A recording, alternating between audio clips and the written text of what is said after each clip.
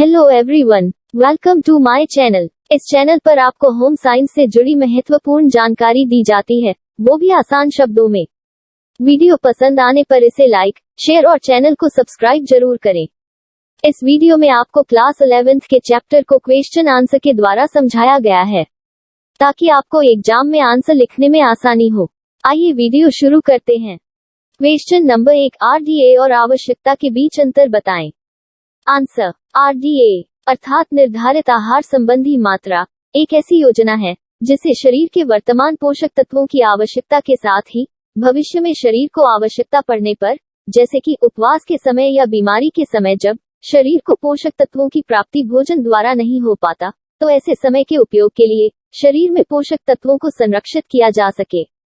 RDA में शरीर के वर्तमान आवश्यकता के साथ ही अतिरिक्त सुरक्षा मात्रा का समावेश होता है, जिससे शरीर की पोषण संबंधी आवश्यकताओं को लंबे समय तक पूरा कर शरीर को स्वस्थ रखा जा सकता है।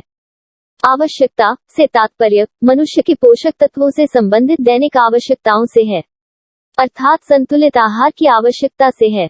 इसमें शरीर के लिए प्रतिदिन कितनी मात्रा में पोषक तत्व आवश्यक हैं, इसकी चर्चा की गई है।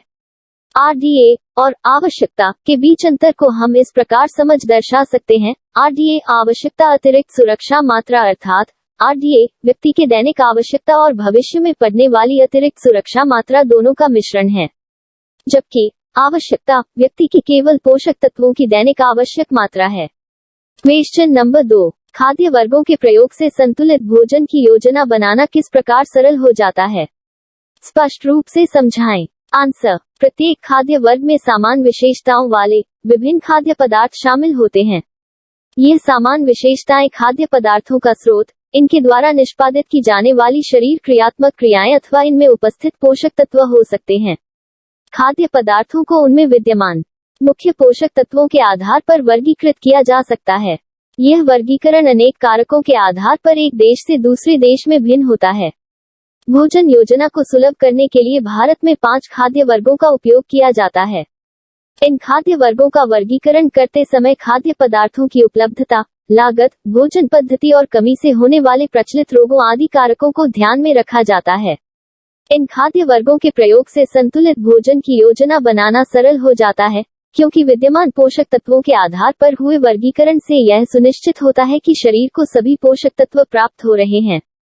साथ ही इसके प्रयोग से भोजन में विविधता भी आती है और हमें यह ज्ञात भी होता है कि हमें कौन से खाद्य को कितनी मात्रा में आहार में सम्मिलित करना है। अतः उपरोक्त विवेचना से स्पष्ट होता है कि खाद्य वर्गों के प्रयोग से संतुलित भोजन की योजना बनाना बहुत ही सरल हो जाता है। क्वेश्चन नंबर 3, ऐसे 10 खाद्य पदार्थ बताएं जो संरक्षी खाद्य वर्ग से संबंधित है। अपने चयन के लिए कारण भी बताएं। आंसर, ऐसे खाद्य पदार्थों को जिनकी कमी यदि भोजन में हो तो शरीर में आवश्यक पोषक तत्वों की कमी हो जाती है और शरीर में रोग उत्पन्न होने की संभावना होती है, को संरक्षी खाद्य पदार्थ कहते हैं। इन खाद्य पदार्थों में आवश्यक मात्रा में खनिज, विटामिन, प्रोटीन और सबसे महत्वपूर्ण एंटीऑक्सीडेंट होते हैं। ऐसे खाद्य पदार्थ के समूह को संरक्षी खाद्य वर्ग कहते हैं। संरक्षी खाद्य वर्ग से संबंधित 10 खाद्य पदार्थ निम्नलिखित हैं। 1 दूध, 2 दही, 3 पनीर, 4 अंडा, 5 मांस, 6 मछली, 7 हरी पत्तेदार सब्जियां, 8 पीली सब्जियां, 9 खट्टे फल, 10 गाजर। चयन के कारण, एक चयनित खाद्य पदार्थों का चयन करने का मुख्य कारण इनका सरलता से उपलब्ध होना है, जिससे इन्हें निरंतर संतुलित आहार में शामिल किया जा सकता है। 2, इनमें ऐसे पोषक तत्वों की प्रचुरता है जिनकी कमी होने से शरीर में रोग उत्पन्न होते हैं। 3, इनमें सभी पोषक तत्व उपलब्ध हैं जो शरीर में रोग प्रतिरोधक क्षमता को बढ़ाते हैं। 4, यह सभी खाद्य पदार्थ संरक्षी मूल्य से परिपूर्ण हैं। 5, इनमें सभी मुख्य वर्गों के खाद्य पदार्थ सम्मिलित हैं। क्वेश्चन नंबर 4, किशोरावस्था के दौरान होने वाले प्रमुख भावात्मक और संज्ञानात्मक परिवर्तन कौन से हैं? आंसर, किशोरावस्था के दौरान होने वाले प्रमुख भावात्मक परिवर्तन निम्नलिखित हैं। किशोर विकास के दौरान कई भावात्मक परिवर्तन का अनुभव करता है। इनमें से कई परिवर्तन किशोर में हो रहे जैविक और शारीरिक परिवर्तनों के कारण होते हैं। 1, किशोर अपने शारीरिक रूप को लेकर अधिक चिंतामग्न रहते हैं। 2, शारीरिक परिवर्तनों के प्रति सभी किशोर अलग अलग तरीके से प्रतिक्रिया व्यक्त करते हैं। 3, किसी पर इन शारीरिक परिवर्तनों का सकारात्मक प्रभाव पड़ता है और किसी पर नकारात्मक प्रभाव पड़ता है। 3, सामाजिक और सांस्कृतिक कारक प्रत्येक समाज के खानपान संबंधी अपनी मान्यताएं होती है, जिससे किशोर प्रभावित होकर उनका अनुसरण करने लगता है। 4. जनसंचार। विज्ञापनों में दिए गए संदेशों के प्रति किशोर अत्यधिक संवेदनशील होता है। टीवी में खाद्य पदार्थों के विज्ञापनों और कार्यक्रमों में दर्शाई गई खानपान की आदतों ने दशक से अधिक समय से लोगों को प्रभावित किया है। 5. Fast foods. सिनेमा हॉल में, मेलों में, खेल कार्यक्रमों में फास्ट फूड बिक्री केंद्रों की सुविधा उपलब्ध होती है, जिससे किशोर इनके प्रति आकर्षित होते हैं। आजकल रेडी टू यूज प्रोडक्ट भी मार्केट में मिलने लगे हैं, जिससे भी किशोर के खानपान संबंधी आचरण पर प्रभाव पड़ा है। 6. जीवन शैली। किशोरावस्था में किशोर की जीवन शैली में काफी उथल पुथल आ जाती है। किशोर हमेशा जल्दबाजी में रहता है और भोजन नियमित रूप से नहीं खा पाता, तो कभी बाहर खाना खाता है। इससे किशोर का खानपान संबंधी आचरण प्रभावित होता है। आंतरिक कारक। 1. शारीरिक आवश्यकता है तथा विशेषताएं। किशोरावस्था में शारीरिक वृद्धि अत्यधिक तीव्र गति से होती है और पोषण संबंधी आवश्यकताएं बदल जाती है, जिससे भी किशोर का खानपान प्रभावित होता है।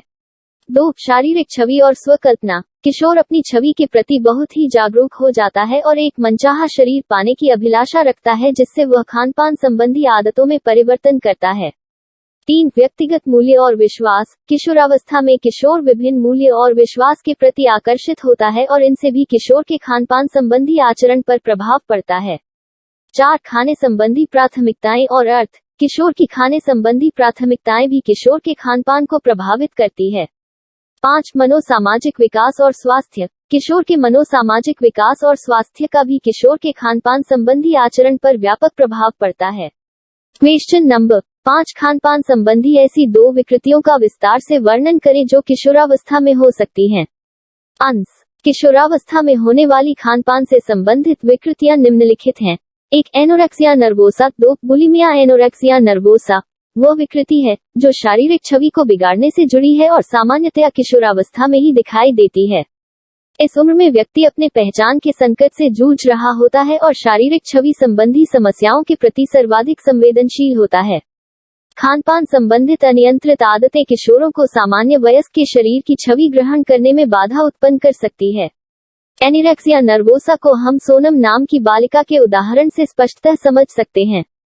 सोनम एक किशोरी है जिसने एक आदर्श शरीर की चाह में अपने माता पिता और अध्यापकों की सलाह को ध्यान नहीं दिया और खाना लगभग बंद कर दिया। इस प्रकार उस पर दुबले शरीर की सनक सवार हो गई। यद्यपि उसका वजन सामान्य है, फिर भी वह हर समय इस दबाव में है कि उसे फिल्मों में दिखाई पड़ने वाली मॉडलों जितना पतला होना है।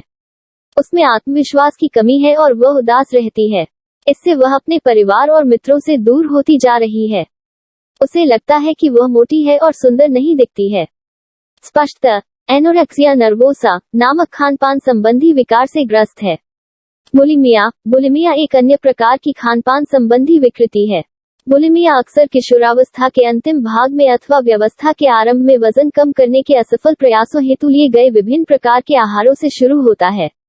इससे ग्रस्त रोगी बार बार खाने लगता है, अत्यधिक खाता है, उल्टी अथवा विरेचकों के उपयोग द्वारा पेट साफ करता है।